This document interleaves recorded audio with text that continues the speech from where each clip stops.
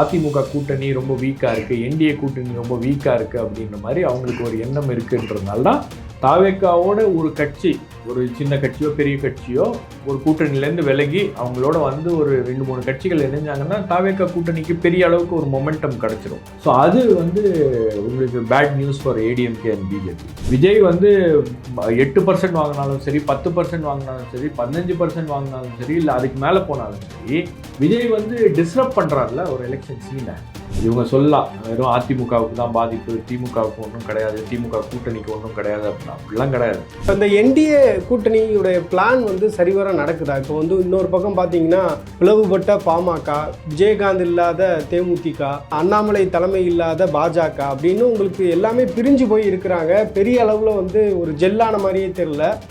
கட்டமைப்பு வேணா, கட்சியுடைய கட்டமைப்பு வேணா திரு அன்புமணி ராமதாஸோட இருக்கலாம். இந்த சென்டிமெண்ட் இருக்கு இல்லையா, பாமக பார்ட்டிக்குன்னு ஒரு சென்டிமெண்ட் இருக்கு இல்லையா, அது திரு ராமதாஸோட தான் இருக்கிறது. தேர்தலுக்கு ஒரு 3 மாதத்துக்கு முன்னாடிலாம் வந்து பாமக போய் ஒரு கூட்டணியில் சேர்றதெல்லாம் வந்து பிஎம்கேவுடைய ஸ்டைலே கிடையாது. வணக்கம் பிரதர். வணக்கம். என்டிஏ கூட்டணியில் வந்து யாரெல்லாம் வரப்போறா அப்படின்ற ஒரு பெரிய எதிர்பார்ப்பு இருந்தது. அதிமுகவுடைய பொதுச் செயலாளர் எடப்பாடி பழனிசாமி ஒரு மெகா கூட்டணியை நாங்கள் அமைக்க போகிறோம் அப்படின்னு தொடர்ச்சியாக அவருடைய பரப்புரையில் சொல்லிட்டு வந்தார். இப்போ வந்து பாமக, அதுவும் அன்புமணி பாமக வந்து இந்த கூட்டணியில் இணைஞ்சிருக்கிறாங்க. இப்போ அன்புமணி பாமகவில் சொல்லக்கூடிய ஒரு விஷயம் என்ன அப்படின்னா, அதிகாரத்தில் பங்கு எங்களுக்கு கிடைக்கும் அப்படின்னு அவர் வந்து ஒவ்வொரு கூட்டத்திலையும் சொல்லிட்டு இருந்தார். நம்முடைய சமூகத்தை சேர்ந்தவர்கள் நீங்கள் அமைச்சர்களாகவும் மாறுவீங்க அப்படின்லாம் சொல்லிட்டு இருந்தார்.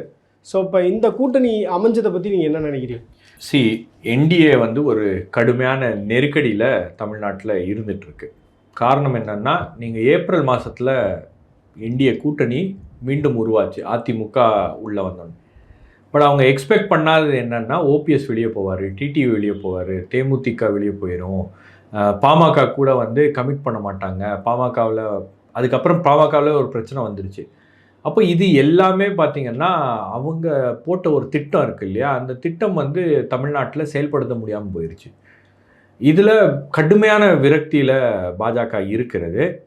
அந்த விரக்தியின் வெளிப்பாடு தான் புதுக்கோட்டைக்கு உள்துறை அமைச்சர் அமித்ஷா வந்திருக்கும் போது கடுமையான இது அவர் பார்த்தீங்கன்னா, நீங்கள் அந்த வீடியோவில் நீங்கள் பார்த்துருப்பீங்கன்னு நினைக்கிறேன். அவர் ஒரு மாதிரி டென்ஷனாகவே கோபமாகவே இருந்தார். ஏன்னா தமிழ்நாட்டில் அவங்களுக்கு என்ன ஒரு மிகப்பெரிய பயம்னா, அதிமுகவை வந்து முன்கூட்டியே கூட்டணியில் கொண்டு வந்ததுக்கு மிக முக்கியமான காரணம்னா, நீங்கள் இந்த ஸ்டேஜில் அதிமுக விட்டீங்கன்னா ஏடிஎம்கே தாவேக்கான்னு ஏதாவது ஒரு கூட்டணி உருவாகிட போகுது அப்படின்ற ஒரு இதுவும் இருக்குது. அப்போது டக்குன்னு பிடிச்சி நம்ம போட்டுருணும், இங்கே வந்து ஒரு கூட்டணியை உருவாக்கணும் அப்படின்றது அங்கே முடிவு பண்ணிட்டாங்க. ஸோ அதில் பாமக உள்ளே வந்துச்சு. இப்போ பாமகவில் வந்து திரு ராமதாஸ் அவர்களுக்கும் அன்புமணி ராமதாஸ் அவர்களுக்கும் பிரச்சனை ஓடிட்டுருக்கு. நம்ம இந்த பக்கம் பேசுகிறதா அந்த பக்கம் பேசுகிறதா அப்படின்னு ஒரு இது இருக்கும்போது, நீங்கள் போங்க எங்கேயாச்சும் போய் பேசுங்க, யார்கிட்டயாவது ஒரு பேசுங்க, இவர் அன்புமணி ராமதாஸ் பேசிகிட்டு இருக்கீங்கன்னா அவரையே கூப்பிட்டு நீங்கள் முடிங்க அப்படின்ற அளவுக்கு பாஜகவோட அழுத்தத்தின் காரணமாக தான் இப்போ அன்புமணி ராமதாஸ் இருக்கு. நீங்கள் இன்னொன்று, தேர்தலுக்கு ஒரு 3 மாதத்துக்கு முன்னாடிலாம் வந்து பாமக போய் ஒரு கூட்டணியில் சேர்றதெல்லாம் வந்து பிஎம்கேவுடைய ஸ்டைலே கிடையாது. நீங்கள் ராமதாஸ் இருந்தால் இதை பண்ணியிருப்பாரா அப்படின்றது ஒரு கேள்வி. நீங்கள் திரு ராமதாஸ் அவர்கள் இருந்திருந்தாருன்னா இந்த பேச்சுவார்த்தை இருக்குது இல்லையா, இந்த பேச்சுவார்த்தைலாம் அப்படியே இழுத்துக்கிட்டே போகும். தேர்தல் அறிவிப்பு வந்துடும். அறிவிப்பு வந்ததுக்கு அப்புறம் நோட்டிஃபிகேஷன்லாம் வந்தபோது அப்போ தான் இந்த கூட்டணி அப்படின்றது செட்டில். எப்பயுமே அவர் ஸ்டைல் ஒரு டிமாண்ட் இன்க்ரீஸ் பண்ணிட்டு போகிற டிமாண்டு தான், நீங்கள் எவ்வளோ சீட்டு எவ்வளோ இது அப்படின்னு. இப்போ இந்த கூட்டணியில் திரு அன்புமணி ராமதாஸ் போய் இணைந்திருக்காரு. அன்புமணி ராமதாஸ் வச்சுருக்கக்கூடிய ஒரே டிமாண்ட் என்னென்னா, இந்த கூட்டணிக்குள்ளே வந்து அப்பாவை கொண்டு வரக்கூடாது அப்படின்றது அவருடைய ஒரே டிமாண்டு. இப்போ இதை வந்து ஏற்றுக்கிட்டு தான் அவங்க பண்ணியிருக்காங்க. இது உங்களுக்கு கட்டமைப்பு வேணால், கட்சியோடைய கட்டமைப்பு வேணால் திரு அன்புமணி ராமதாஸோட இருக்கலாம். அந்த சென்டிமெண்ட் இருக்கு இல்லையா, பாமக பார்ட்டிக்குன்னு ஒரு சென்டிமெண்ட் இருக்கு இல்லையா, அது திரு ராமதாஸோட தான் இருக்கிறது.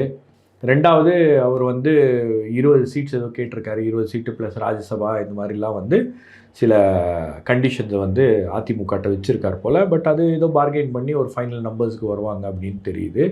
ஆனால் முன்கூட்டியே போய் பாமகவும் வந்து ஒரு கூட்டணிக்குள்ளே ஜாயின் பண்ணிடணும் அப்படின்றது வந்து ஏன் அந்த கட்டாயம் உருவாச்சு அப்படின்றது நாம் பார்க்கணும். இப்போ 2024 நாடாளுமன்ற தேர்தல் அப்பையும் இதே மாதிரி தான் திடீர்னு வந்து பாரத் மாதா கி ஜெய் அப்படின்னு தைலாபுரம் தோட்டத்தில் ஒரு சத்தம் கேட்டது. உடனே வந்து அவங்க காலை சாப்பாடுக்கு வந்துட்டாங்க, கூட்டணி முடிவு பண்ணி அந்த கூட்டணி வந்து ஃபார்ம் ஆயிடுச்சு அப்படின்னு சொன்னாங்க. இப்போ அதே மாதிரி இதுவும் வந்து அதிகாலையில் வேகமாக போய் இந்த கூட்டணி வந்து சீல் பண்ணுறாங்கன்னா என்ன காரணமாக இருக்கும்? யார் சொல்லி வந்து இமீடியட்டாக போயிருப்பாங்க? நீங்கள் திரு அமித்ஷா அவர்கள் தமிழ்நாட்டுக்கு வந்ததுக்கு அப்புறம் அவர் வந்து 2-3 விஷயங்களை அட்ரஸ் பண்ணியிருக்காரு. ஒன்று என்னன்னா, பாஜக நிர்வாகிகளுக்கு கடுமையான டோஸு, கடுமையான நெருக்கடி. ஏன்னா எதுவுமே நீங்கள் பண்ணலை, ஒரு கார்டியல் ரிலேஷன்ஷிப் நீங்கள் யாருக்கிட்டையும் மெயின்டைன் பண்ணல அப்படின்றது. 2வது, இதில் பல விஷயங்களை வந்து திரு அண்ணாமலை மூலமாக தான் டெல்லியில் அவரும் இருக்கார். அவர் மூலமாக அவரும் எஸ்பி வேலுமணி இவங்க 2 பேரும் தான் டெல்லியில் இருக்காங்க. அவங்க மூலமாக தான் பேச்சுவார்த்தை நடத்தி இதை வந்து ஃபைனலைஸ் பண்ணணும். ஏன்னா பிரதமர் தமிழ்நாட்டுக்கு வர்றதுக்கு முன்னாடி இதெல்லாம் ஃபைனலைஸ் ஆகியிருக்கணும் அப்படின்றது வந்து என்டிஏவுடைய நோக்கமாக இருக்கிறது. கடந்த சில நாட்களுக்கு முன்பு தினமலரில் ஒரு செய்தி வந்துருச்சு. தமிழ்நாட்டில் ஏன் கூட்டணி வந்து சரியாக உருவாகலை அப்படின்னு பிரதமர் வந்து அமித்ஷாவிடம் வருத்தப்பட்டதாக ஒரு செய்தி என்பது வந்துச்சு.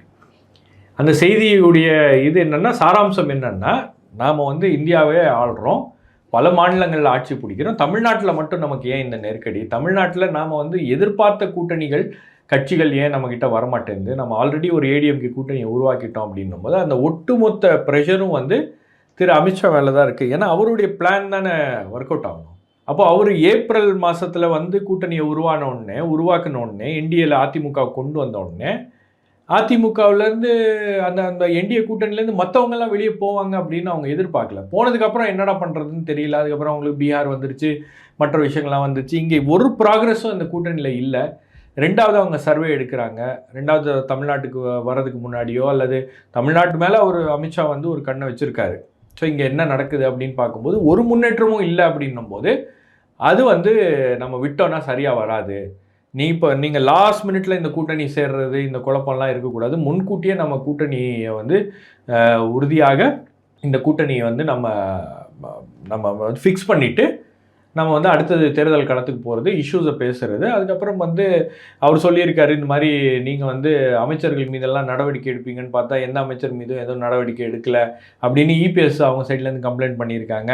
அதுக்கப்புறம் நான் நடவடிக்கை எடுக்கணுன்னா அது எதாவது புகார் இருக்கணும், ஏதாவது ஒன்று இருக்கணும், நீங்கள் போய் கம்ப்ளைண்ட் கொடுங்கன்னு இவர் போய் கவர்னர்கிட்ட கம்ப்ளைண்ட் கொடுத்தது. இது எல்லாமே வந்து பேசி முடிவு பண்ணி தான் செய்கிற விஷயங்கள். இந்த என்டிஏ கூட்டணியுடைய பிளான் வந்து சரிவர நடக்குதா? இப்போ வந்து இன்னொரு பக்கம் பார்த்தீங்கன்னா பிளவுபட்ட பாமக, விஜயகாந்த் இல்லாத தேமுதிக, அப்போ அதே மாதிரி பார்த்தீங்கன்னா அண்ணாமலை தலைமை இல்லாத பாஜக அப்படின்னு உங்களுக்கு எல்லாமே பிரிஞ்சு போய் இருக்கிறாங்க. பெரிய அளவில் வந்து ஒரு ஜெல்லான மாதிரியே தெரில.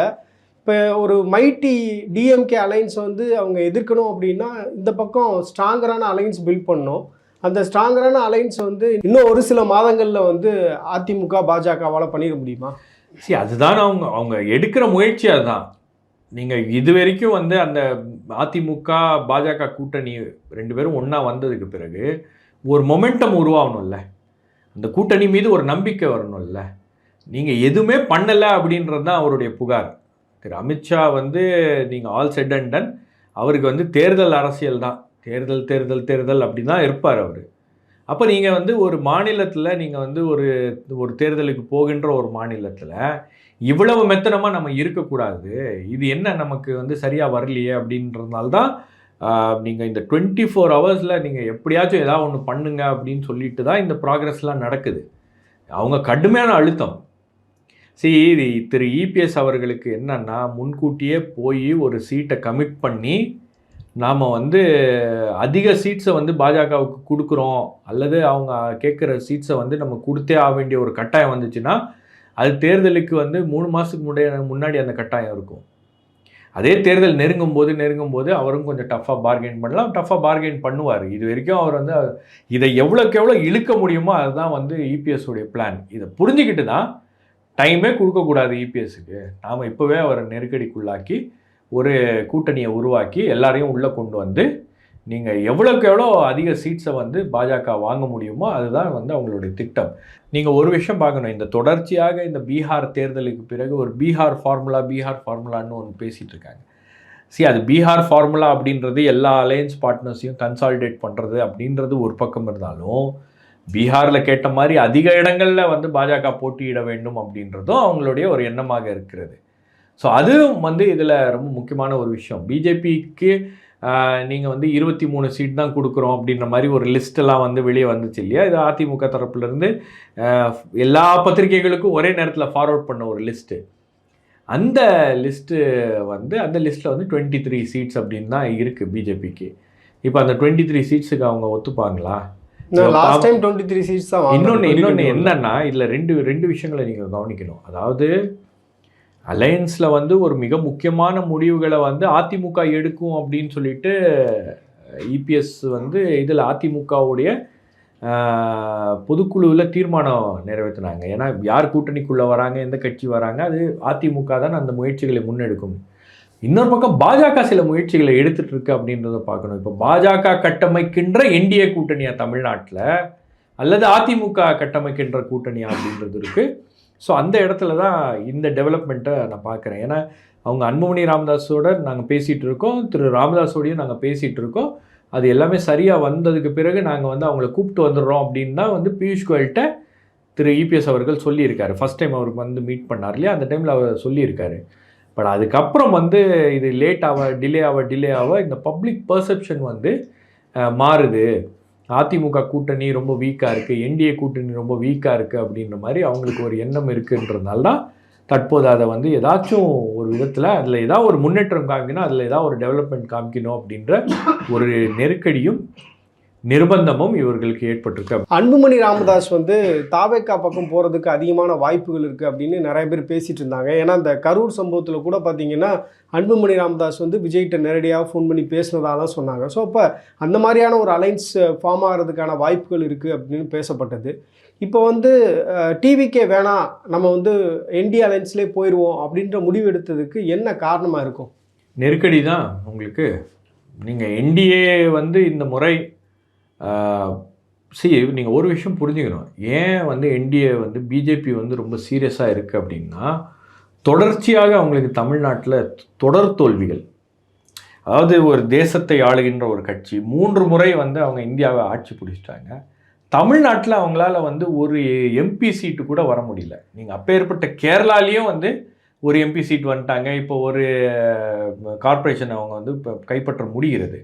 ஆனால் தமிழ்நாட்டில் அவங்களால வந்து சீட்ஸ் எடுக்க முடியல. இப்போ நீங்கள் இந்த 4 எம்எல்ஏ இருக்கிறது கூட கன்னியாகுமரி அண்டு மற்ற பகுதிகள்லாம் அவங்களுக்கு செல்வாக்கான பகுதிகள் அப்படின்றது வச்சுட்டாலும் நீங்கள் அதிமுக இல்லாமல் அவங்களால வர முடியாது இல்லையா? நீங்கள் அதிமுக கூட்டணியில் தானே அந்த சீட்ஸ்லாம் வந்துச்சு.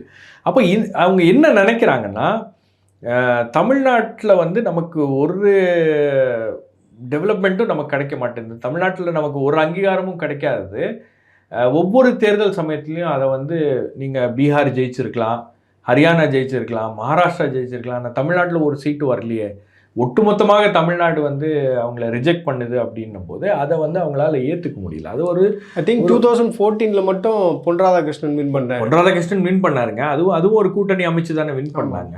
நீங்கள் அந்த ஒரு இது இருக்கு இல்லையா, அதாவது நமக்கு ஒரு சீட்டும் கன்வெர்ட் ஆகலை அப்படின்ற ஒரு இதை வந்து அதை ரொம்ப ப்ரெஸ்டீஜ் இஷ்யூவாக பார்க்குறாங்க. நீங்கள் அதனால தான் தற்போது இருக்கக்கூடிய அரசியல் சூழலில் இந்த கட்சிகளை எல்லாம் நீங்கள் இப்போ கமிட் பண்ணாமல் விட்டீங்கன்னா அவங்க வந்து தாவேக்கா பக்கம் போவதற்கான வாய்ப்புகள் இருக்கிறது. ரெண்டாவது, தாவேக்காவுடைய நிலைமை இன்றைக்கி எப்படி இருக்குன்னா, தாவேக்காவோட ஒரு கட்சி, ஒரு சின்ன கட்சியோ பெரிய கட்சியோ ஒரு கூட்டணியிலேருந்து விலகி அவங்களோட வந்து ஒரு 2-3 கட்சிகள் இணைஞ்சாங்கன்னா தாவேக்கா கூட்டணிக்கு பெரிய அளவுக்கு ஒரு மொமெண்டம் கிடச்சிரும்.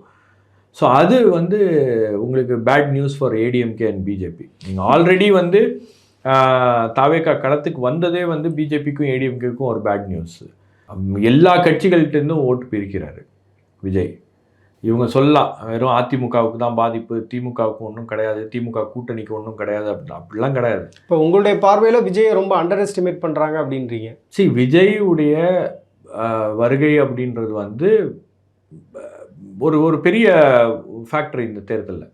நீங்கள் அதை வந்து நீங்கள் குறைச்சி மதிப்பிட்டு பேசினாங்க முதல்ல. இப்போ அப்படி பேசினவங்கெல்லாம் வந்து கொஞ்சம் கொஞ்சமாக அவங்களுடைய ஒப்பீனியனை மாற்றிட்டு வராங்க. நீங்கள் பார்த்துருப்பீங்க, முதல்ல வந்து விஜய்லாம் என்னங்க, ஒரு நடிகர்லாம் என்னங்க அப்படின்னு பேசினவங்கெல்லாம் வந்து இப்போ கொஞ்சம் காஷியஸாக சில விஷயங்களை பார்க்குறாங்க. ஏன்னா விஜயுடைய வருகை அப்படின்றது முற்றிலுமாக இந்த களத்தை மாற்றி இருக்கிறது. நான் ஆரம்பத்துலேருந்தே இதுதான் என்னுடைய நிலைப்பாடு. விஜய் வந்து 8% வாங்கினாலும் சரி, 10% வாங்கினாலும் சரி, 15% வாங்கினாலும் சரி, இல்லை அதுக்கு மேலே போனாலும் சரி, விஜய் வந்து டிஸ்டர்ப் பண்ணுறாருல ஒரு எலெக்ஷன் சீனை. அப்போ இது இது இது வந்து வெற்றி தோல்வியை தீர்மானிக்கக்கூடிய ஒரு விஷயமாக மாறிவிடும். கிரவுண்டில் எந்த ஒர்க்கும் பண்ணாமல் விஜய்க்கு வந்து ஒவ்வொரு இடத்துலையும் பார்த்தீங்கன்னா மைலேஜ் கூடிட்டே இருக்குது. அவருடைய பப்ளிக் ப்ரெசன்ஸில் வந்து ஒரு பெரிய ஆதரவு இருப்பதை நம்ம பார்க்க முடியுது. அதுக்கு என்ன காரணமாக நீங்கள் பார்க்குறீங்க? நீங்கள் பாப்புலாரிட்டி தானே, திரைத்துறையுடைய பாப்புலாரிட்டி தானே. நீங்கள் பெண்கள் வந்து ஏன் விஜய்க்கு ஓட்டு போடுறாங்க ஒரு சினிமா நட்சத்திரம் அப்படின்றதால. பட் அதை தாண்டி வந்து அவர் ஏதோ ஒரு கனெக்ஷனை ஏற்படுத்தியிருக்காரு அப்படின்னு தான் பார்க்குறேன் நான். என்னால் புரிஞ்சிக்க முடியாதது ஒன்று தான், அதாவது அது அந்த லாயல்ட்டி இருக்கு இல்லையா, அந்த ஃபேன் பேஸு, அந்த லாயல்ட்டியை வந்து நீங்கள் வந்து அக்ராஸ் த போர்டு இருக்காது. ஒரு ஏஜ் குரூப் கிட்ட மட்டும் இருந்தால் நம்ம புரிஞ்சுக்கலாம். நீங்கள் வந்து 50 வயசு ஆள்கிட்டையும் வந்து அது இருக்குது, 40 வயசு ஆட்கள்கிட்டையும் அது இருக்குது. அப்போது ஒரு என்டையர் செக்ஷன் ஆஃப் பீப்புள் வந்து அப்பப்போ விஜயோடைய படங்களை பார்த்து விஜயை ஃபாலோ பண்ணி விஜயோட கனெக்ட் ஆகி அப்படியே ட்ராவல் பண்ணிகிட்டு இருக்காங்க. நான் முந்தா நேற்று ஒரு இடத்துல சாப்பிட போனேன் நைட்டு, போயிட்டு சோடா குடிக்கலாம் அப்படின்னு அப்படி வரேன். ஒரு அம்மா உட்காண்ட்ருந்தாங்க. என்னை பார்த்த உடனே, உங்களை நான் யூடியூப்லலாம் பார்த்துருக்கேன், நீங்கள் பேசுவீங்க இல்லையா அப்படின்னு. ஆமாம், நீங்கள் விஜயை வந்து மீடியாக்காரங்களாம் அண்டர் எஸ்டிமேட் பண்ணுறீங்க, விஜயெல்லாம் வந்து நீங்கள் சப்போர்ட் பண்ண மாட்டேன்றீங்க, ரொம்ப அண்டர் எஸ்டிமேட் பண்ணுறாங்க மீடியாக்காரங்களாம் அப்படின்னாங்க. சரி, நான் அந்த மாதிரி பண்ணல, அண்டர் எஸ்டிமேட்லாம் பண்ணல. ஸோ ஏன் அதை சொல்கிறீங்க என்ன அப்படின்னா, உங்களுக்கு தெரியாது, நீங்கள்லாம் நினைக்கிறீங்க ஜென்சி இவங்கெல்லாம் தான் வந்து விஜய்க்கு ஆதரவாக இருக்காங்க அப்படின்னு. எங்களை மாதிரி பெண்கள்லாம், எனக்கு 50 வயசு ஆகுது, என்ன மாதிரி பெண்கள்லாம் வந்து ஆதரவாக இருக்காங்க, நீங்கள் அதை வந்து அந்த விஷயங்களாக உங்களுக்கு தெரியல அப்படின்னாங்க. ஏன் அப்படின்னா, நாங்கள்லாம் வந்து விஜயோடைய படங்களை பார்த்து அவரோட ட்ராவல் பண்ணுவாங்க. இப்போ அவர் அரசியலுக்கு வந்துட்டாருன்னொடனே ஃபுல்லாக நாங்களும் வந்து அரசியல் பார்க்க ஆரம்பிச்சிட்டோம், அரசியலில் மாறிட்டோம். நான் கடைசியாக பார்க்க போகிற படம் ஜனநாயகன், அதுக்கப்புறம் நான் சினிமா பார்க்க மாட்டேன், முழுக்க அரசியலில் தான் நான் கான்சன்ட்ரேட் பண்ணுவேன் அப்படின்லாம் வந்து அவங்க பேசுகிறாங்க. இப்போ சோஷியல் மீடியாவில் பார்த்து இந்த மாதிரி அவங்க சொல்கிறாங்க. இந்த மாதிரி வந்து பல பெண்கள் இருக்காங்க, இந்த மாதிரி பல பெண்கள் வந்து விஜயை வந்து ஏன் விஜயை வந்து ஒரு திரை நட்சத்திரமாவோ விஜயை வந்து ஒரு க்ரஷ்ஷாவோலாம் அவங்க பார்க்கல, ஒரு குடும்பத்தில் ஒருத்தரை பார்க்குறாங்க அப்படின்னு சொல்லிட்டு அந்த அம்மா சொல்கிறாங்க. என் முதல் பையனுக்கு பேர் விஜய்னு வச்சுருக்கேன், என் 2வது பையனுக்கு பேர் வந்து வினோத்னு வச்சுருக்கேன், எங்கள் வீட்டில் 10 ஓட்டு, நான் வந்து என்ன பண்ணுவேன்னா இந்த ஓட்டெல்லாம் வந்து விஜய்க்கு வர்றதுக்கான ஏற்பாடு பண்ணுவேன், நானே கேம்பெயின் பண்ணுவேன், பிரச்சாரம்லாம் ஆல்ரெடி நாங்கள் ஸ்டார்ட் பண்ணிட்டோன்றாங்க. அப்போ தான் நான் யோசிக்கிறேன், இது ஏதோ சைலண்ட்டாக ஒரு பிரச்சாரம் நடக்குதா என்ன அப்படின்றது கூட நமக்கு கேள்வியாக இருக்குது. ஏன்னா பல இடங்களில் வந்து இந்த சைலண்ட் பிரச்சாரமும் வந்து நடந்துக்கிட்டே இருக்குது. அப்போ இதெல்லாம் வந்து நம்ம பார்க்கும்போது நம்ம களத்தில் எதுவும் வேலை செய்யலை அப்படின்ற மாதிரிலாம் வந்து நமக்கு வெளிப்படையாக பார்க்கும்போது இன்னும் எந்த கட்சியும் களத்தில் பெருசாக போகல, திமுகவை தவிர வேறு எந்த கட்சிகளும் பெருசாக பிரச்சாரம் பண்ணலன்னும் போது ஏதோ ஒரு இடத்துல விஜய் வந்து எல்லா கான்வர்சேஷனையும் ஆக்குபை பண்ணிருக்காரு அப்படின்றதும் என்னால் புரிந்து கொள்ள முடியும். இப்போ சோஷியல் மீடியாவில் நேற்று பார்த்தீங்க அப்படின்னா, நேற்று நைட்லேருந்து ஒரு ட்ரெண்டு, அதாவது இப்போ இந்த விலையில்லா மடிக்கணினி கொடுத்தாங்க இல்லையா, இப்போ அதெல்லாம் வந்து இன்னைக்கு விஜயினுடைய ரசிகர்கள் வர்ச்சுவல் வாரியர்ஸ் என்ன பண்ணுறாங்க அப்படின்னா, அதுலேருந்து ஸ்டிக்கர்ஸ் எல்லாம் ரிமூவ் பண்ணிவிட்டு விஜய் ஸ்டிக்கரை ஓட்டுறது. அதே மாதிரி இப்போ அதில் வந்து விஜயினுடைய சாங்ஸ் எல்லாம் இருக்குல்ல, இப்போ இந்த ஜனநாயகன் படத்துடைய சாங்ஸ் எல்லாம் போட்டு, பாத்தியா எங்களுக்கு வந்து நீங்கள் வந்து இலவசமாக ஹெல்ப் பண்ணியிருக்கீங்க, நாங்கள் வந்து இன்னும் தீவிரமாக அரசியல் களத்தில் செயல்படுறதுக்கு இந்த லேப்டாப் வந்து ரொம்ப பயன்படக்கூடிய வகையில் இருக்குது அப்படின்னு அதை ஒரு ட்ரெண்டாக ஒரு விஷயமாக மாற்றிட்டு இருக்கிறாங்க. இல்லை சரி, அதெல்லாம் வந்து சோஷியல் மீடியாவுக்காக பண்ணுறது, இந்த மாதிரி விஷயங்கள்லாம் நடக்கும். பட் நான் என்ன சொல்கிறேன்னா, எந்த இடத்துல விஜய் கனெக்ட் ஆகுறாரு மக்களோட அப்படின்றது. விஜய் நாம் நினைக்கிற மாதிரி தினந்தோறும் வந்து அன்றாட அரசியல் விஷயங்களை எல்லாம் பேசணும் அப்படின்றது தான் ஊடகவியலாளர்களாக நாம் வந்து பார்க்குறோம். இப்போ வந்து இந்த தூய்மை பணியாளர்களுடைய போராட்டம் தொடர்ந்து நடந்து கொண்டே இருக்கிறது. நீங்கள் யோசிச்சு பாருங்கள், தூய்மை பணியாளர்கள் வந்து கூவத்தில் இறங்கி அந்த சாக்கடையிலையும் அந்த சகதியிலையும் இறங்கி நின்று போராடக்கூடிய ஒரு அவல நிலை தமிழ்நாட்டில் இன்றைக்கி ஏற்பட்டிருக்கு. அவங்கள்ட்ட பேச்சுவார்த்தை கூட அரசாங்கம் நடத்துறதுக்கு முன் வரல. இந்த பிரச்சனை குறித்து எந்த அரசியல் கட்சியும் பேசலை. புதுசாக வர விஜய் கூட இதை பற்றி பேசலை. ஒரு வாட்டி கூப்பிட்டு பார்த்தாரு, பேசினார், உங்களோட உறுதுணையாக இருப்பேன்றாரு. இந்த போராட்டம் நீங்கள் வந்து எங்கெங்கெல்லாம் அவங்க போராடி இருக்காங்க, அவங்க வந்து கலைஞர் சமாதியில் போராடி இருக்காங்க, அறிவாலயம் வெளியே போராடி இருக்காங்க, கார்ப்பரேஷன் ஆஃபீஸ் வெளியே போராடி இருக்காங்க, அதுக்கப்புறம் வந்து செக்ரட்டரியேட் வாசலில் போராடி இருக்காங்க, கமிஷனர் குமரகுருபரன் வீட்டு வாசலில் போராடி இருக்காங்க, அதுக்கப்புறம் வந்து சுடுகாட்டில் போய் படுத்து போராடி இருக்காங்க. இப்போ வந்து அந்த சகதியில் அந்த கூவத்தில் இறங்கி போராடக்கூடிய ஒரு அவல நிலை அப்படின்றது தமிழ்நாட்டில் இருக்குது. இது வந்து உங்களுக்கு வந்து ஒரு பொது சமூகத்தை வந்து வந்து இந்த இந்த பிரச்சனை பாதிக்கலை, ஏன் உங்களுக்கு இதை பார்த்து கோவம் வரல, ஒரு அரசியல் கட்சியை நடத்துகிற விஜய்க்கு ஏன் இதில் வந்து ஒரு என்னங்க இப்படி நடந்துட்டுருக்கு, இது குறித்து ஒரு ஆர்ப்பாட்டம் ஏன் இன்னும் வந்து தாவேக்க அறிவிக்கலை அப்படின்னா அந்த கேள்விகள் இருக்குது. பட் இதெல்லாம் வந்து விஜய் பண்ணாமலே விஜய்க்கு வந்து ஏதோ ஒரு இடத்துல விஜய்க்கு வந்து ஒரு ஒரு கேம்பெயின், ஒரு ஆதரவு இப்படியே போயிட்டுருக்கு. விஜய் இப்போ நீங்கள் பார்த்தீங்கன்னா இபிஎஸ் நேற்றைய தினம் கொண்டு போய் ஒரு பெரிய பட்டியலை கொடுத்தாரு. இந்த துறையில் 60,000 கோடி ஊழல், இந்த துறையில் 2,000 கோடி, 20,000 கோடி அப்படின்னு ஒரு லிஸ்ட்டை கொடுத்தாரு. அந்த லிஸ்ட்டு ஒன்றுமே இல்லை, அதை வச்சு கவர்னர் ஒன்றும் பண்ண போகிறதில்ல. அண்ணாமலை எப்படி வந்து இந்த டிஎம்கே ஃபைல்ஸ்னு ஒரு விஷயத்தை ரிலீஸ் பண்ணாரோ அதே மாதிரி ஒரு ஒரு ஸ்டண்ட்டு தான் வச்சுக்கோங்களேன். அதாவது நாம் வந்து திமுகவுக்கு எதிராக களமாடுகிறோம் அப்படின்னு காமிக்கிறதுக்கான வேலைகள். நீங்கள் பார்த்தீங்கன்னா அதிமுகவும் பெரிய பிரச்சனைகளில் வந்து பேசினா கூட மக்கள் மத்தியில் நம்பிக்கை ஏற்படல. இப்போ நீங்கள் இந்த அரசு ஊழியர்களுடைய போராட்டம் வந்து அவங்க ஜாக்டோ ஜியோ அறிவித்து ஒரு நெருக்கடியை உண்டாக்கி எந்த விதமான ஒரு நெருக்கடியும் அரசாங்கத்துக்கு வரல. நீங்கள் யோசிச்சு பாருங்கள், ஒரு ஜாக்டோ ஜியோ போராட்டம் அறிவிச்சிட்டாங்க, 6ஆம் தேதியில ஸ்ட்ரைக் போகிறோம். அரசாங்கத்துக்கு ஒரு நெருக்கடி, அவங்க கொடுத்த ஒரு நெருக்கடி, அதனால் அரசாங்கம் வந்து ஒரு பென்ஷன் திட்டத்தை அறிவிச்சிருக்கு, அவ்வளோதான். அரசியல் ரீதியாக திமுகவுக்கு ஒரு நெருக்கடி வந்துச்சா? அரசியல் ரீதியாக இது விவாதமாக மாறுச்சா? அரசியல் ரீதியாக இது ஒரு பிரச்சாரமாக போச்சா? எதுவுமே இல்லையே, எந்த கட்சியும் எதுவும் பண்ணலையே. அப்போ இந்த அளவுக்கு வந்து ஒரு ஃப்ரீ பாஸ் வந்து திமுகவுக்கு இருக்குது அப்படின்றது தான் வந்து இங்கே இருக்கக்கூடிய மிகப்பெரிய பிரச்சனை. நீங்கள் டிஎம்கே கவர்மெண்ட்டை வந்து you need to hold the government accountable அப்படின்வாங்க. அதை பண்ணுறதுக்கான இடத்துல எந்த கட்சிகளும் இல்லை. எதிர்கட்சியாக இருக்கக்கூடிய அதிமுக ஒன்றுமே பண்ணல. புதிதாக வரக்கூடிய திமுக தாவேக்காவாச்சும் ஏதாச்சும் ஒரு விஷயத்தில் வந்து இந்த கவர்மெண்ட்டை வந்து கேள்வி கேட்பாங்க. டெய்லி அன்றாடம் நடக்கக்கூடிய பிரச்சனைகள் அவங்க பேசுவாங்க, அவங்க கருத்து சொல்லுவாங்க, ஆர்ப்பாட்டம் போராட்டம் ஏதாவது ஒன்று பண்ணணும். இல்லை, எதுவுமே இல்லையே. சரி, தூய்மை பணியாளர்கள்லாம் வந்து ஒரு மார்ஜினலைஸ் கம்யூனிட்டிலேருந்து வராங்க, அவங்க வந்து சமூகத்தில் இருக்கக்கூடிய ஒரு மிகவும் அடித்தட்டு வர்க்கத்திலேருந்து வரக்கூடிய மக்கள், அவங்க ஓட் பேங்க் கிடையாது, அதனால் அவங்க போராட்டத்தை திமுகவும் கண்டுக்கல, அரசாங்கமும் கண்டுக்கல, நாங்களும் கண்டுக்க மாட்டோம் அப்படின்னு ஏதாவது ஒப்பந்தம் போட்டாங்களா என்ன? இன்னொரு விஷயம் பார்த்தீங்கன்னா, உங்களுக்கு வந்து அரசாங்க ஊழியர்கள் போராட்டம் அறிவித்தா உடனே பயந்து போய் நெருக்கடியே இல்லை, அரசியல் எந்த நெருக்கடியும் கிடையாது. ஏதாவது நெருக்கடி இருந்துச்சா திமுக? ஒரு நெருக்கடியும் இல்லை. ஒரு கட்சியும் வந்து இந்த சும்மா இந்த அறிக்கை கொடுத்தாங்களே தவிர ஒரு பெரிய பிரச்சனை ஒன்றும் கிடையாது. எவ்வளோ ஈஸியாக ஹேண்டில் பண்ணுற அளவுக்கு அவங்களுக்கு வந்து வாய்ப்புகளை ஏற்படுத்தி கொடுத்தாங்க பாருங்க. அரசு இங்கேயும் பாரபட்சம் பார்க்குது அப்படின்னு நம்ம எடுத்துக்க வேண்டிய. கண்டிப்பாக இல்லை. நீங்கள் எப்படிங்க நீங்கள் வந்து ஒரு பக்கம் வந்து நீங்கள் வந்து வெல்லும் தமிழ் பெண்கள் அப்படின்னு நீங்கள் வந்து பெண்களை பெருமைப்படுத்தி ஒட்டுமொத்த தமிழகத்தில் பெண்களுடைய நிலை எப்படி மாறி இருக்கிறது அப்படின்றத ரொம்ப பெருமையாக பேசுகிறீங்க, நமக்கும் அதெல்லாம் பெருமையாக இருக்குது. இன்னொரு பக்கம் பார்த்தீங்கன்னா தூய்மை பணியாளர்கள் பெருவாரியானவங்க பெண்கள் தான்.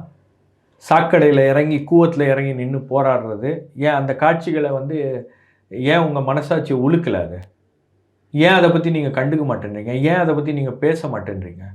எந்த அரசியல் கட்சிக்கும் வந்து தமிழ்நாட்டில் திராணி இல்லாமல் போயிருச்சு அதை பற்றி பேசுகிறதுக்கு. ஏன்னா அந்த அந்த அந்த மக்கள்லாம் வந்து ஏதோ ஒரு அடித்தட்டு வர்க்கத்துலேருந்து வர மக்கள்ன்றதுனால அவங்க ஓட் பேங்க் கிடையாது. இதே அந்த மக்களுடைய ஒரு பெரிய ஓட் பேங்காக இருந்திருந்தாங்கன்னா நீங்கள் அரசாங்க ஊழியர்களுக்கு எப்படி நீங்கள் கூப்பிட்டு 13,000 கோடி ரூபாய் வந்து உங்களுக்கு செலவானா கூட பரவாயில்ல, நாங்கள் ஒரு திட்டத்தை அறிவிக்கிறோன்னு அறிவிச்சிருப்பீங்க. ஒரு எலெக்ஷன் இயர்லங்க நீங்கள் இது வந்து ஒரு எலெக்ஷனுக்கு ஒரு 2 வருஷம் இருக்குது, 3 வருஷம் இருக்குது அப்படின்னா கூட ஒரு ஆளுங்கட்சி பயப்படல அப்படின்னா பரவாயில்ல. எலெக்ஷனுக்கு ஒரு 3 மாதம் கூட இல்லை, இவ்வளவு பெரிய போராட்டம் நடந்துட்டுருக்கு. அவங்க 300 பேர் போராடலாம், 400 பேர் போராடலாம். பட் அந்த சென்டிமெண்ட் பார்த்தீங்கன்னா ஒட்டுமொத்த தூய்மை பணியாளர்கள் மத்தியில் அது பரவி இருக்கிறது. அப்போ அதை வந்து ஒரு பெரிய பொருட்டாக இந்த அரசாங்கம் கண்டுக்க மாட்டேங்குது அப்படின்னா காரணம் என்ன? எதிர்கட்சிகளும் அதை கைவிட்டாங்க அந்த போராட்டத்தை. எதிர்கட்சிகளும் யாரும் கேள்வி கேட்க வேண்டிய எதிர்கட்சிகள் அமைதியாக இருக்காங்க. இப்படி இருந்துச்சுன்னா அவங்களுக்கு வந்து திமுக எல்லா விஷயத்தையும் ஈஸியாக ஹேண்டில் பண்ண போகிறாங்களா? அவங்களுக்கு அந்த தேர்தல் சந்திக்கிறது, அந்த பதற்றம், அந்த ஒரு ஆளுங்கட்சியில் இருக்கக்கூடியவர்களுக்கு இருக்கக்கூடிய ஒரு இயல்பான ஒரு பயம் இருக்கும் இல்லையா, அதெல்லாம் ஒன்றுமே இல்லையே. நீங்கள் 2006ஆம் ஆண்டுலேருந்து 2011ஆம் ஆண்டு வரைக்கும் இந்த காலகட்டத்திலலாம், அந்த கடைசி காலகட்டங்கள்லாம் பார்த்தீங்கன்னா பாராட்டு விழாக்கள் நடக்கும். எல்லாரும் வந்து முதலமைச்சர் அப்போ கலைஞர் இருந்தார், கலைஞரை கூப்பிட்டு ஒவ்வொரு சினிமா கலைஞர்கள் இவங்கெல்லாம் பாசத்தலைவனுக்கு பாராட்டு விழா அப்படின்லாம் வந்து நடத்துவாங்க. இப்போவும் அதே மாதிரி ஒரு விஷயம் தான் நடத்திருக்கு. அரசாங்க விழாக்கள் வந்து இன்னைக்கு வந்து ஒரு பெரிய டிவியில் போட்டு என்ன சொல்கிறது, விஜய் டிவியில் போடுற அளவுக்கு குவாலிட்டியாக அரசாங்க விழாக்களை அப்படி மாற்றிருக்காங்க. அப்படின்னும் போது எல்லாமே வந்து நல்லா இருக்குது அப்படின்னு போட்டு பண்ணாங்க. பட் பல இடங்களில் மக்கள் மத்தியில் இருக்கிற அதிருப்தியை வந்து பேசுகிறதுக்கும் கேள்வி கேட்குறதுக்கும் யாருமே இல்லையே. ஸோ இது எல்லாமே இந்த பிரச்சனைகள்லாம் வந்து பேசணும். அப்போ இது எதுவுமே பண்ணல அப்படின்னு நீங்கள் சொல்கிறீங்க இல்லையா? அப்போ இந்த விஷயங்கள்லாம் வந்து புது கட்சியாக வரக்கூடிய தாவேக்காவுடைய ரோல் என்ன? நீங்கள் அதிமுக பேச முடியாது, ஏன்னா அதிமுக தான் 11 ஜோனை வந்து ப்ரைவேட்டைஸ் பண்ணா. புதுசாக வந்திருக்கிற தாவேக்கா ஏன் அதை வந்து அதை பேச மறுக்குது அப்படின்னு ஒரு கேள்வி. மக்கள்கிட்ட வந்து வரவேற்பு இருக்குது, அதே நேரத்தில் வந்து மக்கள் பிரச்சனையை பேசாமல் தவிர்க்கிறாங்க அப்படின்றது தான் இயல்பான. மக்கள் பிரச்சனை ஏராளமான பிரச்சனைகள் இருக்குங்க. இன்னைக்கு போக்குவரத்து துறையை வந்து அவங்க தனியார் மயப்படுத்தக்கூடிய ஒரு நடவடிக்கை அப்படின்றது சைலண்டாக நடந்துட்டு இருக்கு. இன்னொன்று, அரசாங்க ஊழியர்கள் பல இடங்களில் வந்து உங்களுக்கு எல்லா வேலைகளும் அவுட் சோர்ஸ் பண்ணக்கூடிய ஒரு நடவடிக்கை. ஏகப்பட்ட பிரச்சனைகள் இருக்கிறது. நீங்கள் போய் தேடி போய் பிடிச்சி பேசுனீங்கன்னா பண்ணிங்கன்னா தெரியும். பட் அதெல்லாம் வந்து எப்போ பேசுவாங்க அப்படின்னு தெரியலையே. நீங்கள் எந்த கட்சியும் பேசலையே, அதான பிரச்சனை. இப்போ கடந்த 2021 சட்டமன்ற தேர்தலில் பாமகவுக்கு வந்து 23 தொகுதிகள் கொடுத்தாங்க. அதில் வந்து 5 தொகுதிகளில் வெற்றி அடைஞ்சாங்க. இப்போ அன்புமணி பாமக வந்து அதிமுக பாஜக கூட்டணியில் சேர்ந்துட்டாங்க. இப்போ 18 இடங்கள் கொடுக்க போகிறாங்க அப்படின்ற ஒரு தகவல் இருக்குது. இப்போ இந்த சூழலில் வந்து ராமதாஸ் அவர்களுடைய ரோல் என்னவாக இருக்கும்? ஏன்னா எத்தனையோ பேர் மத்தியஸ்தம் பண்ணி பார்த்துட்டாங்க. 2 பேர் இருக்கக்கூடிய பிரச்சனையை வந்து யாராலையும் தீர்க்க முடியலை. 2 குடும்பமே வந்து பிரிஞ்சு போயிருக்கு அப்படின்றத பார்க்க முடியுது. இப்போ ராமதாஸ் வந்து என்ன மாதிரியான டிசிஷன் எடுப்பதற்கு வாய்ப்பு இருக்குது? திரு ராமதாஸ் அவர்களுக்கு 2 சாய்ஸ் இருக்குது. இப்போ ஒன்று என்னன்னா, திமுக அணிக்கு போகிறது. திமுக அணிக்கு போவதற்கான வாய்ப்புகள் எந்த அளவுக்கு இருக்குது அப்படின்றது ஒரு கொஸ்டின். ஏன்னா அங்கே விசிகே இருக்குது அப்படின்னும் போது அதை அகாமடேட் பண்ணும். இன்னொரு சாய்ஸ் வந்து அவருக்கு விஜய் தாவேக்கா. இப்போ இன்றைக்கி இந்த மாதிரி ஒரு டெவலப்மெண்ட் நடந்த உடனே பொலிட்டிக்கலாக வந்து எப்படி மற்றவங்கெல்லாம் ரியாக்ட் பண்ண போகிறாங்க அப்படின்ற பார்க்கணும். இப்போ என்னன்னா, ராமதாஸுடைய இனிஷியல் ரியாக்ஷன் என்னவாக இருக்கும் அப்படின்றது, நீங்கள் வந்து பாமகவுடைய அங்கீகரிக்கப்பட்ட தலைவர் நான் தான், என்கிட்ட தான் நீங்கள் பேசணுன்னு நாங்கள் தீர்மானம் போட்டிருக்கோம். நீங்கள் அன்புமணி ராமதாஸை கூப்பிட்டு இது பண்ணுது. ஏன்னா நீங்கள் சென்டிமெண்ட் வைஸ் பார்த்தீங்கன்னா கட்சியுடைய கட்டமைப்பு வேணால் இவரோட இருக்கலாம். பட் அந்த சென்டிமெண்ட் இருக்கு இல்லையா, அது வந்து திரு ராமதாஸோட இருக்குது.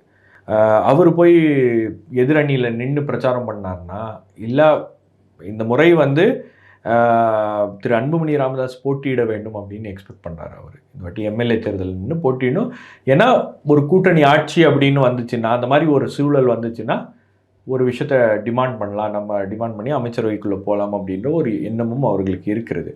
அப்போ அந்த அடிப்படையில் பார்த்திங்கன்னா ஏதாவது ஒரு இடத்துல ஒரு சேஃப் சீட்டில் போட்டியிட வேண்டும் அப்படின்றது இருக்குது. பெண்ணாகரம் ஒரு வாய்ப்பு அப்படின்னு சொல்கிறாங்க. ஸோ இவங்க கேட்டது 20 தொகுதிகள், 18 தொகுதிகள் நாம் கொடுக்குறோம். ஏன்னா அவங்களுக்கும் தெரியுது அவங்களுடைய ஓட் வந்து ஸ்ப்ளிட் ஆக போகுது அப்படின்றது அவங்களுக்கும் தெரியுது. பட் ஏதோ ஒரு இடத்துல அதெல்லாம் ஒர்க் அவுட் பண்ணுவாங்க அப்படின்னு நினைக்கிறேன். ஏன்னா இன்னொன்று, உங்களுக்கு இந்த எஸ்ஐஆர் அதுக்கப்புறம் பாஜக வந்து சில விஷயங்களை பண்ணுது. ஸோ ஒட்டுமொத்த கள சூழலையும் வந்து அதிமுக பாஜக கூட்டணிக்கு ஆதரவாக மாற்றக்கூடிய ஒரு நடவடிக்கையை வந்து பாஜக உறுதி செய்யும் அப்படின்றது இவங்க இந்த கட்சிகளுடைய எல்லாம் எதிர்பார்ப்பு. அதனால அவங்க வந்து முன்கூட்டியே போய் சேர்ந்துருக்காங்க. இப்போ எடப்பாடி பழனிசாமி வந்து பேசும்போது சொன்னார், அதிமுகவும் பாமகவும் ஒரு நேச்சுரல் அலைன்ஸ் அப்படின்னு, இயற்கையான கூட்டணி அப்படின்னு. ஆனால் ஒரு விஷயம் சொல்லுவாங்கல்ல, இப்போ அதிமுகவுக்கு பாமகவுடைய வாக்குகள் கன்சாலிடேட் ஆகும், ஆனால் அதிமுக வாக்குகள் பாமகவுக்கு எப்பவுமே கன்சாலிடேட் ஆகாது அப்படிம்பாங்களே, இதை எப்படி டேக்கிள் பண்ண போகிறாங்க தெரியல. உங்களுக்கு பாமகவுடைய வாக்குகளே மொத்தம் எவ்வளோ வாக்குகள் பிரியும், எப்படி பிரியும் அப்படின்னு தெரியாது. இன்னொன்று, திரு ராமதாஸ் அவர்கள் என்ன பண்ண போகிறான்னு தெரியாது. திரு ராமதாஸ் அவர்களுடைய அவருக்கு ஆதரவாக இருக்கக்கூடிய ஃபேமிலி மெம்பர்ஸ் வந்து களத்தில் எங்கேயாச்சும் இறங்கி போட்டி போட்டாங்க அப்படின்னா அதுவும் வந்து சிக்கலை ஏற்படுத்தும். அப்போ இப்போதைக்கு அவருடைய ரியாக்ஷன் என்ன அப்படின்றத பார்ப்பாங்க. அதுக்கப்புறம் அவர் என்ன முடிவு எடுக்க போகிறார் அப்படின்றத திரு ராமதாஸ் ரொம்ப ஷ்ரூடாக தான் யோசிப்பார். இப்போ கூட அவர் வந்து என்ன அவருடைய ரியாக்ஷன் என்னவாக இருக்கும்னா, எல்லா கட்சிகளுக்கும் வந்து அவர் ஒரு வேண்டுகோள் கொடுக்குற மாதிரி தான் வந்து அந்த மாதிரி தான் அவர் யோசிப்பார். ஏன்னா கட்சியுடைய தலைவர் நான், கூட்டணி குறித்து என்கிட்ட தான் பேசணும், ஏ ஃபார்ம் பி ஃபார்மில் கையெழுத்து போடுற அதிகாரம் எனக்கு தான் இருக்குது அப்படின்னும் போது, அப்போ இந்த இடத்துல ஏன் வந்து திரு அன்புமணி ராமதாஸை கூப்பிட்டு இபிஎஸ் வந்து இந்த இந்த இந்த கூட்டணியை உறுதி செய்வதற்கான ஒரு நடவடிக்கை ஏன் அவர் பண்ணியிருக்காருன்னா 2 விஷயம் இருக்குது. ஒன்று, அவர் டெல்லிக்கு போகிறாரு. டெல்லிக்கு போனால் நீங்கள் ஒன்றுமே பண்ணலாங்க, என்ன நீங்கள் எதுவுமே நடக்கலை அப்படின்னோடனே இதை வந்து பண்ணி வச்சிடலாம் அப்படின்ற மாதிரி பேசி இதை ஏதாச்சும் ஒரு முடிவு பண்ணி வச்சிடலாம் அப்படின்ற மாதிரி ஒரு ப்ரொஜெக்ட் பண்ணுறதுக்காக ஒன்றா இருக்கும். 2வது வந்து உங்களுக்கு பாஜக தரப்புலன்னு சொல்லியிருக்காங்க, யூ ஸ்பீக் டு அன்புமணின்னு இருப்பாங்க. ஏன்னா அன்புமணி கிட்ட தான் கட்சி இருக்குது, அன்புமணி கிட்ட தான் வந்து தேர்தல் ஆணையத்துடைய அந்த டாக்குமெண்ட்ஸ் பிரகாரம் அன்புமணிக்கு தான் பவர் இருக்குது அப்படின்றது தற்போதைய நிலை. அப்படின்னும் போது அந்த பக்கம் தான் இது டில்ட் ஆக போகுது அப்படின்றது. இப்போ மாம்பழ சின்னம் வந்து அன்புமணிக்கு தான் கிடைக்குமா? அப்படிதான் வந்து நாம் அப்படி பண்ணிக்கலாம். கிடைக்குமா இல்லை கிடைக்க வச்சிடலாம், டெக்னிக்கலா வந்து அவங்களுக்கு வந்து இதை கொடுத்துடலாம் அப்படின்ற மாதிரி ஒரு இது கூட இருக்கலாம். ஸோ இதெல்லாம் வந்து ஏதோ ஒரு இடத்துல இதெல்லாம் கிளியரன்ஸ் ஆகி இவருக்கு ஒரு கிளியர் சிக்னல் கிடைச்சதுக்கு அப்புறம் தான் இபிஎஸ் மூவ் பண்ணியிருக்காரு அப்படின்னு பார்க்குறேன். இப்போ டிடிவி தினகரனும் ஓபிஎஸும் வந்து விஜய் பக்கம் போவாங்க அப்படின்ற ஒரு பேச்சுவார்த்தைன்றது இப்போ ரீசன்ட் டைம்ஸில் நம்ம பேப்பர்ஸில் பார்க்க முடியுது. இப்போ ட்ரெண்ட் என்ன அப்படின்னா, நியூஸ் பேப்பரில் ஒரு விஷயத்தை கசிய விடுறதுக்கான ஒரு சரியான டைம் நினைக்கிறேன். ஒவ்வொரு நாளும் ஒரு புதிய செய்திகளை வந்து லீக் பண்ணிக்கிட்டே இருக்காங்க. அதன் அடிப்படையில் வந்து நம்மளும் டிஸ்கஸ் பண்ணிக்கிட்டே இருக்கோம். இப்போ டிடிவியும் ஓபிஎஸும் வந்து விஜய் பக்கம் போகிறது இனி வரக்கூடிய நாட்கள்லாம் நடக்காது, அவங்க 2 பேர்த்தையும் என்டி அலையன்ஸுக்குள்ளே பாஜக கொண்டு வந்துடும் அப்படின்னு சொல்கிறாங்களே. அதுதான் பாஜகவுடைய நோக்கம். எப்படியாச்சும் ஓபிஎஸ்ஸையும் டிடிவி தினகரன் அவர்களையும் கொண்டு வந்துடணும் அப்படின்றதான் அவங்க நோக்கம். ஸோ அந்த முயற்சி தான் வந்து அவங்க தொடர்ந்து செஞ்சிட்ருக்காங்க. இப்போ நீங்கள் ஓபிஎஸ், டிடிவி இவங்களெல்லாம் வந்து என்டிஏக்குள்ளே கொண்டு வரணும் அப்படின்னா அது பிஜேபி அக்கௌண்ட் மூலமாக உள்ளே கொண்டு வரதா அப்படின்ற ஒரு கேள்வியும் இருக்குது. அதுக்கு இபிஎஸ் ஒத்துக்க மாட்டேன்றாரு அப்படின்றது தான் இப்போ டிஸ்பியூட்டு. அப்போ நீங்கள் அதை வந்து வெயிட் பண்ணுங்கள், அது லாஸ்ட்டில் கூட முடிச்சுக்கலாம். முதல்ல மற்ற கட்சிகள்லாம் வந்து அந்த பக்கம் போயிடாமல் பார்த்துக்கிறதுக்கு என்னென்ன பண்ணணுமோ அதை பண்ணுங்கள். இப்போது திரு ராமதாஸ் அவர்கள் போகிறாருன்னா போகட்டும், பார்த்துக்கலாம், நம்ம வேறு ஏதாச்சும் ஒன்று பண்ணிக்கலாம். எல்லாமே வந்து அவங்க மேனேஜ் பண்ணிக்கலாம் அப்படின்னு நினைக்கிறாங்க. மேனேஜ் பண்ணிக்கலாம் அப்படின்னு நினைக்கக்கூடிய அந்த தைரியம் எங்கேருந்து வருது அப்படின்னு பார்த்தீங்கன்னா பாஜக கிட்டேருந்து வருது. ஸோ இந்த அடிப்படையில் தான் அதிமுக வந்து இந்த தேர்தலை சந்திக்கிறதும் இந்த கூட்டணிகளை அமைப்பதும் இது எல்லாமே பண்ணுது. நீங்கள் பாஜக பேக்கிங் இல்லாமல் ஏடிஎம்கே வந்து இவ்வளோ சீக்கிரம்லாம் போய் பாமகவோட கூட்டணியும் சேர்ந்துருக்காது, பாமகவும் இவ்வளோ சீக்கிரம் போய் ஏடிஎம்கேவோட கூட்டணி சேர்ந்துருக்காது. என்ன காமன் அஜெண்டா என்ன உங்களுக்கு? திமுகவை வீழ்த்த போகிறோம் அப்படின்னு நீங்கள் பாமக வச்ச ப்ரெஸ் மீட்டு அது இதுன்னு ஃபாரின் இன்வெஸ்ட்மெண்ட்டு இது அதுன்னு பண்ண நடவடிக்கை கூட அதிமுக பண்ணல, பார்த்தீங்களா? ஆமாம். பாமக ஒரு சில விஷயங்களை வந்து அவர் நடைபயணம் போனார், பிரச்சாரம் பண்ணார், ப்ரெஸ் மீட் வச்சார், இந்த விஷயத்தை பற்றி பேசினார், அந்த விஷயத்தை பற்றி பேசினார், காஸ்ட் சென்சஸ்ன்னு ஆர்ப்பாட்டம் நடத்தினார். ஏடிஎம்கேவோட ஆக்டிவிட்டி என்ன? ஒரு ஆக்டிவிட்டியும் இல்லையே. இவ்வளவு பிரச்சனைகள் இருந்து கூட அன்புமணி ராமதாஸ் ஏதோ ஒன்று பண்ணிட்டு இருக்காரு. அப்போ அந்த அடிப்படையில் பார்த்தீங்கன்னா உங்களுக்கு இது வந்து ஒரு இப்போ ஏதோ ஒன்று பண்ணியே ஆகணும், ஒரு ரிசல்ட்டை காமிக்கணும், என்ன பண்ணியிருக்கீங்க அப்படின்னு சார் வந்து 3 பீரியட் முடிஞ்சு கேட்டார்னா உங்கள்கிட்ட காமிக்கிறதுக்கு ஏதாச்சும் ஒன்று இருக்கணுன்றதுக்காக இதெல்லாம் பண்ணுறாங்க. பட் அவங்களுக்கு ரொம்ப ஒரு பெரிய அச்சம் என்பது வந்திருக்கிறது. ஏன்னா இவங்களெல்லாம் இப்போவே நீங்கள் கமிட் பண்ணி ஒரு கமிட்மெண்ட்குள்ளே கொண்டு வரலைன்னா நாளைக்கு அவங்க வந்து விஜய் பக்கம் போயிட்டாங்கன்னா மொமெண்டம் வந்து கம்ப்ளீட்லி விஜய் பக்கம் ஷிஃப்ட் ஆயிரும், நம்ம கண்ட்ரோலில் எதுவுமே இருக்காது அப்படின்ற ஒரு அச்சம் என்பது பாஜகவுக்கு ஏற்பட்டிருக்கு. தேமுதிகவுடைய பிளான் என்ன இதில்? அவங்க ஏடிஎம்கேவோட ராஜ்யசபா கொடுக்குறாங்க அப்படின்னு, பட் அவங்க டிஎம்கே கிட்ட போகிறதுக்கான வாய்ப்புகள் அதிகமாக இருக்குது, பேசிகிட்டு இருக்காங்க. எல்லா கட்சிகளும் எல்லார்ட்டையும் பேசிகிட்டு இருக்காங்க. எங்கே வந்து அவங்களுக்கான விஷயங்கள்லாம் வந்து சரிப்பட்டு எந்த இடத்துல பேரம் படுகிறதோ அந்த இடத்துக்கு போகிறதுக்கான வாய்ப்புகள் இருக்குது. அவங்களுக்கு என்ன ஒரே ஒரு நோக்கம் என்னென்னா, உங்களுக்கு வந்து நீங்கள் சீட்ஸை ஜெயிக்கணும், அதுதான் ரொம்ப முக்கியமானது. இப்போ இதில் என்னன்னா, இவ்வளவு சீக்கிரம் நீங்கள் அதிமுக பாஜக கூட்டணி மீண்டும் உருவானது எப்படி அப்படின்னு ஒரு கேள்வி இருக்குல்ல. 2 பேர் மேலே டெல்லிக்கு போனாங்க, 3 பேர் இங்கே வந்தாங்க, 2 பேரும் பேசினாங்க, அமித்ஷா வந்தார், டக்குன்னு கூட்டணி முடிஞ்சிருச்சு. எப்படி நடந்துச்சு என்ன ஏது அப்படிலாம் யாருக்குமே எதுவுமே தெரியல. பட் ஏதோ சில விஷயங்களை பேசி நடக்குது. பாமகவும் அந்த மாதிரி தான் சடனாக நடக்குது. அப்போ இதுக்கு பின்னாடியெல்லாம் வந்து வேறு சில எஃபர்ட்ஸ்லாம் போட்டு வேறு சில விஷயங்கள்லாம் வந்து இந்த கூட்டணி கணக்குகளில் வருகிறது அப்படின்னும் போது இங்கே வந்து தாவேக்காவுக்கு இந்த தேர்தலில் யாருமே வரலைன்னா கூட பரவாயில்ல, நான் தனிச்சு போகிறேன் அப்படின்ற அளவில் தான் அவங்க இருக்காங்க. பட் என்ன ஆகும்னா கூட்டணிக்கு யாருமே வரல, தாவேக்காவை நம்பி யாருமே வரல அப்படின்னும் போது மக்கள் மத்தியில் அந்த பெர்செப்ஷன் வந்து மாறக்கூடிய ஒரு வாய்ப்பும் இருக்கிறது. நீங்கள் பீக் ஆஃப் எலெக்ஷனில் ஜெயிக்கிற அன்னைக்கு போடலாம்யா, அடுத்த வாட்டி விஜய்க்கு போட்டுக்கலாம் அப்படின்னு கூட மக்கள் மனங்கள் வந்து மாறுவதற்கான வாய்ப்புகள் இருக்கிறது. அப்போ ஏதோ ஒரு இடத்துல தாவேக்காவும் வந்து இந்த வேலைகள் எல்லாம் வந்து தீவிரப்படுத்த வேண்டிய ஒரு கூட்டணி உருவாக்கணும் அப்படின்ற அந்த எண்ணம் இருந்துச்சுன்னா அதையும் தீவிரப்படுத்த வேண்டும். நீங்கள் திமுக பாருங்கள், கூட்டணியாக வந்து இன்டாக்டாக வச்சுருக்காங்க. காங்கிரஸில் ஏற்பட்டிருக்கக்கூடிய சலசலப்புகள்லாம் இருந்தால் கூட அந்த கூட்டணி எங்கேயும் போயிடாது, அந்த கூட்டணி உடையாது அப்படின்ற அளவில் அவங்களும் கான்ஃபிடென்ட்டாக மூவ் பண்ணிருக்காங்க. கிரவுண்ட் லெவலில் வேலை பார்க்குறாங்க. நீங்கள் எஸ்ஐஆர் அப்படின்ற ஒரு விஷயத்துலையே உங்களுக்கு எந்த கட்சி களத்தில் வேலை பார்த்துருக்கு அப்படின்றது தெரியுதில்ல. அதில் திமுகவுடைய வேலை அப்படின்றது ரொம்ப முக்கியம். நீங்கள் அவங்களுக்கான வாக்குகள் அவங்க உள்ளே கொண்டு வந்துட்டாங்க. இப்போ யார் யாருக்கு அதில் வாக்குகள் போயிருக்கு இல்லை அப்படின்றதெல்லாம் வந்து இப்போ தாவேக்கா ஆட்களுக்கோ தாவேக்காவுக்கு ஓட்டு போடணும்னு நினைக்கிறவங்களுக்கு வாக்குகள் இருக்கா இல்லையா அப்படின்றது கூட நமக்கு தெரியாது. அந்த வேலைகள் எந்த அளவுக்கு நடந்திருக்கு அப்படின்றது கூட நமக்கு கிரவுண்டில் வந்து ரிசல்ட்ஸ் ஒன்றும் தெரியாது. அப்போ இது வந்து நீங்கள் யோசித்து பார்த்தீங்கன்னா அந்த கட்டமைப்பு தான் காமிக்குது. மறுபடியும் தாவேக்காவுடைய கட்டமைப்பு அப்படின்றது பலமாக இருக்கிறதா அல்லது பலவீனமாக இருக்கிறதா அப்படின்னு பார்த்தீங்கன்னா இந்த எஸ்ஐஆர் அளவுகளை வச்சு பார்த்தீங்கன்னா உங்களுக்கு கிரவுண்டில் பெரிய அளவில் இல்லை அப்படின்ற மாதிரி ஒரு இது வருது. அப்போ இது எல்லாமே நீங்கள் வந்து பார்த்து கவனிக்க வேண்டிய விஷயங்கள். எல்லாத்தையும் தாவேக்கா வந்து ஒரே நேரத்தில் பண்ண வேண்டிய ஒரு கட்டாயம் என்பது அவங்களுக்கு இருக்கிறது. மற்ற கட்சியெல்லாம் எஸ்டாப்ளிஷ் பொலிட்டிக்கல் பார்ட்டிஸ், அவங்க லாஸ்ட் மினிட்ல போனாலும் அவங்களால வந்து ஒரு விஷயத்தை பண்ண முடியும். இப்போ நீங்கள் சேலத்தில் ஓவர் நைட்டில் அவங்களால ஒரு கூட்டத்தை ஏற்பாடு பண்ண முடியுதுல்ல, அந்த மாதிரி வந்து தாவேக்காவாலெல்லாம் பண்ண முடியுமானா? இப்போ உங்களுடைய கணிப்பு என்ன? ஃபைனல் ஷேப் என்டிஏல எப்படி இருக்கும்? என்டிஏவுடைய இன்னைக்கு என்டிஏ காட்டுற வேகம்னு பார்த்தீங்கன்னா அவங்க ஏதாவது ஒரு அலையன்ஸை வந்து ஃபார்ம் பண்ணி அந்த அலையன்ஸை வந்து கொஞ்சம் என்ன சொல்கிறது ஒரு டஃப்பான அலையன்ஸாக இருக்கணும் அப்படின்ற மாற்றுவாங்க. ரெண்டாவது வந்து அவங்களுக்கு வந்து திமுகவை ஸ்டேட்டில் பலவீனப்படுத்தணும், அதுதான் வந்து அவங்களுடைய நோக்கம். அப்போ அந்த விஷயத்தை அச்சீவ் பண்ணுறதுக்கு என்ன பண்ண முடியும் அப்படின்னு பார்க்குறாங்க. நீங்கள் டிவிக்கே எத்தனை வாக்குகளை பிரிக்க போகிறது, அதுவும் யாருடைய வாக்குகளை பிரிக்க போகிறது. இப்போ டிவிக்கே மைனாரிட்டி ஓட்ஸை பிரிக்க போகிறது அப்படின்னா அது பாஜகவுக்கு த்ரெட் இல்லை. ஆனால் டிவிக்கே வந்து ஏடிஎம்கே ஓட்ஸு, அதே போல் பிஜேபிக்கு வர வேண்டிய வாக்குகள், அதே போல் ஆன்டி இன்கம்பன்சினால் வரக்கூடிய வாக்குகள், மற்ற வாக்குகள்லாம் அது எடுக்குது அப்படின்னா டிவிக்கேக்கும் ஒரு நெருக்கடியை கொடுக்க ஆரம்பிச்சிருவாங்க.